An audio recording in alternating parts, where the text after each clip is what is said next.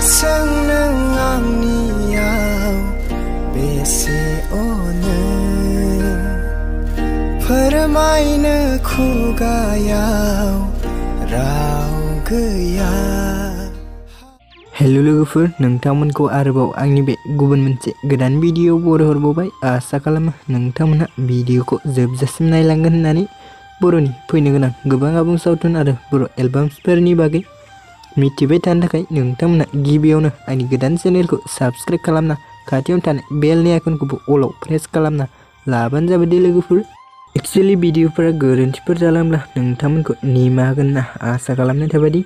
Actually नोंथांमोन आं दिनै मोनसे अफिशियेल बड' मिउजिक भिडियोनि सुंद' आपडेट लानानै फैदों दे। स' लोगोफोर, बे अफिशियेल बड' मिउजिक भिडियोखौ MB प्रेजेन्ट चेनेलाव आपल'ड खालामदों आरो बे अफिशियेल बड' मिउजिक भिडियोनि टाइटेलानो जाहैबाय नोंखौ आं अनो। बे अफिशियेल मिउजिक भिडियोनि टिजारखौ जुदि दासिमहालागै नायाखै अब्ला आंनि चेनेलनि गेजेरजों नायनो हागोन दे लोगोफोर।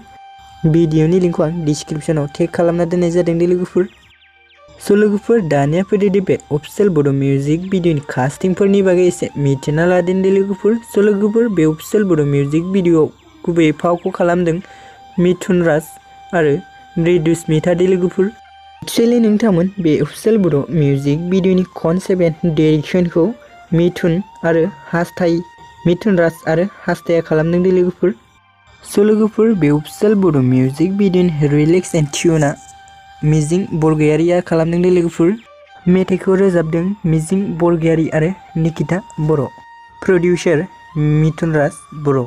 स' नोंथांमोना जुदि बे अफिशियेल मिउजिक भिडियोखौ दासिमहालागै नायाखै अब्ला आंनि चेनेलनि गेजेरजों नायदो आरो भिडियोफोरखौ मोजां मोनदोंब्ला अन्नानै चेनेलखौ साबस्क्राइब आरो लाइक खालामना होलांदो दे लोगोफोर। गोजोन्थों।